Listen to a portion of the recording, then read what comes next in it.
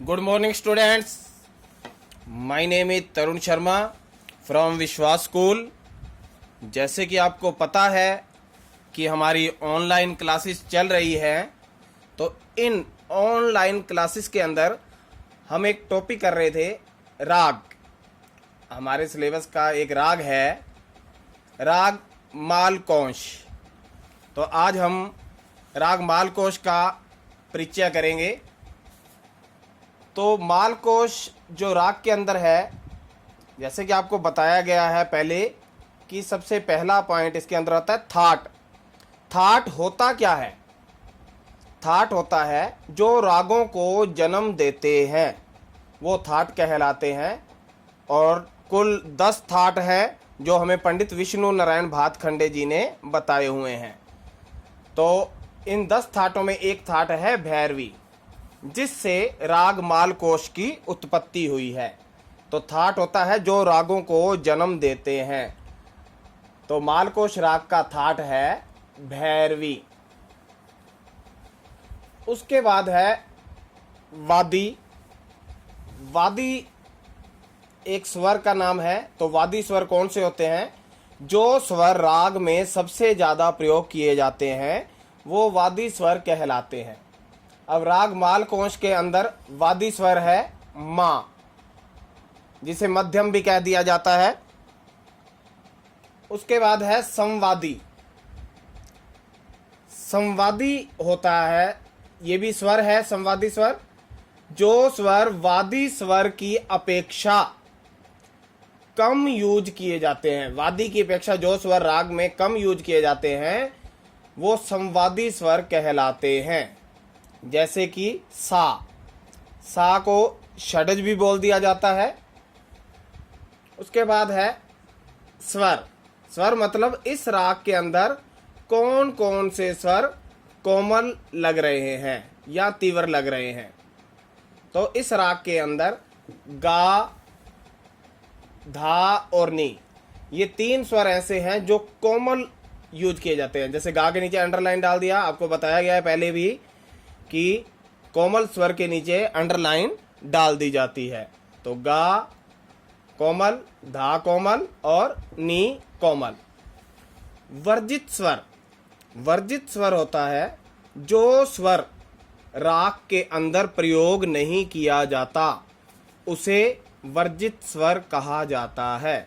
तो इस राग के वर्जित स्वर हैं रे और पा, जो इस राग के अंदर नहीं लगते। तो ये वर्जित स्वर हैं रे और पा। उसके बाद है जाति। जैसे कि आपको बताया गया है कि राग की 3 जातियां होती हैं, ओडव, शाडव और तीसरी है संपूर्ण। ओडव का मतलब होता है 5 स्वर, शाडव मतलब 6 स्वर और संपूर्ण मतलब 7 स्वर।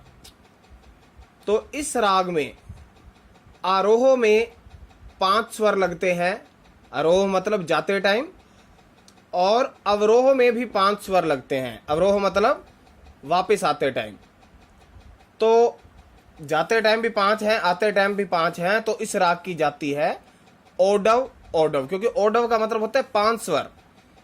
5 स्वर ही जाते हैं और 5 स्वर ही आते हैं, क्योंकि रे और पा इसमें वर्जित हैं। तो 7 स्वर आपको बताए हैं मुख्य मेन लगते हैं राग के अंदर। तो 2 गए तो 5 हो गए। तो ओडव ओडव इस राग की जाती है ओडव ओडव। उसके बाद है समय। जैसे कि आपको बताया गया था कि पंडित विष्णु नारायण भातखंडे ने 24 घंटों को 2 भागों में डिवाइड कर दिया था, जिनमें दिन के 12 घंटे और रात के 12 घंटे आए थे।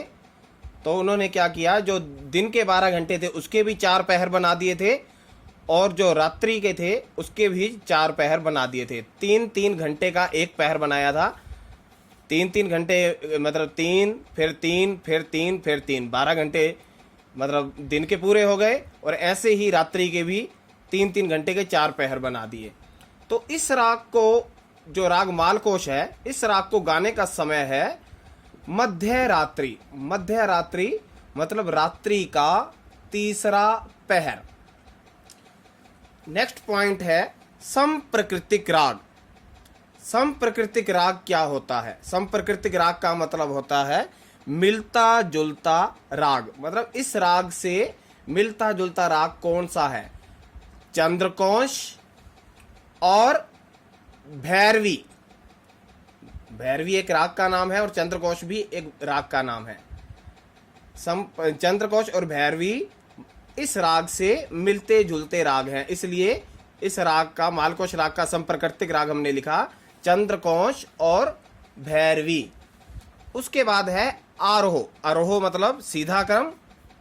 इस राग के आरोह में है, जैसे हम सीधा बजाते हैं सारे गा मा पा धा नि सा, तो ऐसे ही हम इसमें आरोह में सीधा चला जाता है।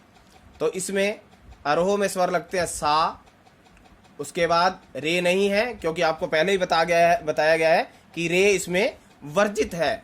इस राग में रे नहीं लगता।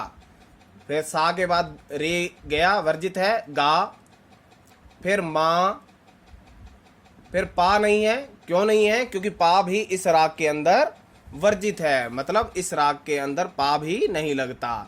फिर धा, नी और सा, मतलब आरोह में स्वर बन गए सा, गा, मा, धा, नी और फिर सा। और अवरोह। अवरोह मतलब वापिस उल्टा क्रम इसका। तो पहले सा आ जाएगा, फिर नी, फिर धा, इसी का उल्टा कर देंगे ना, क्योंकि रे और पा पूर्णतः वर्जित है, ना वो आरोह में लगते हैं और ना ही अवरोह में लगते हैं। सा अवरोह में, नी, फिर धा, फिर मा, फिर गा और अंत में सा। अब कुछ बच्चे ये सोचते हैं कि इसमें 1 2 3 4 5 और 6 हैं और ऊपर जाति तो लिखवाई है ओडव, तो ये 6 नहीं है। देखो सा, गा, मा, धा, नी और ये जो सा है ये रिपीट हो रहा है, मतलब ये अगले सप्तक का आ गया। तो स्वर तो 5 ही है ना, 1 2 3 4 और ये 5, ये तो रिपीट हो रहा है, तो इसको काउंट नहीं करेंगे, ये 5 है। तो ऐसे ही अवरोह में सा, नी, धा, मा, गा, ये दोनों रिपीट हो रहे हैं, तो इसको एक ही काउंट करेंगे। तो 1 2 3 4 5, तो ये 5 स्वर बन जाएंगे। तो 5 जाते हैं, 5 आते, तो राग की जाति बन गई ओडव। ओडव। अब अंत में इसका है पकड़। पकड़ क्या होती है? जिससे राग का स्वरूप स्पष्ट होता है उसे राग की पकड़ कहते हैं। मतलब जिसको हारमोनियम पे अगर बजाएं, तो जिसको भी नॉलेज है संगीत की, तो वो स्वरों को बजाने मात्र से ही बता देगा कि ये मालकोश राग के स्वर हैं। तो पकड़ होती है जो राग के स्वरूप को स्पष्ट करती है। तो मालकोश राग की पकड़ है धा, नी, सा, मा, गा, मा, गा, सा। धा, नी, सा, मा, गा, सा। अब इसमें आपको जैसे ऊपर बताया गया है कि कोमल स्वर लगते हैं, तो आपको चाहे आरोह में है, अवरोह में है, चाहे पकड़ में है, जहां भी गा, धा और नी दिखाई दे उसको आप अंडरलाइन कर दोगे, क्योंकि कोमल की निशानी होती है, उसको अंडरलाइन कर दिया जाता है। तो ये हमारा एक मालकोश राग था जो कि यहाँ तक हमारा कंप्लीट हो चुका है। तो इतना ही यहाँ पे हमारा ये टॉपिक पूरा होता है। Thank you.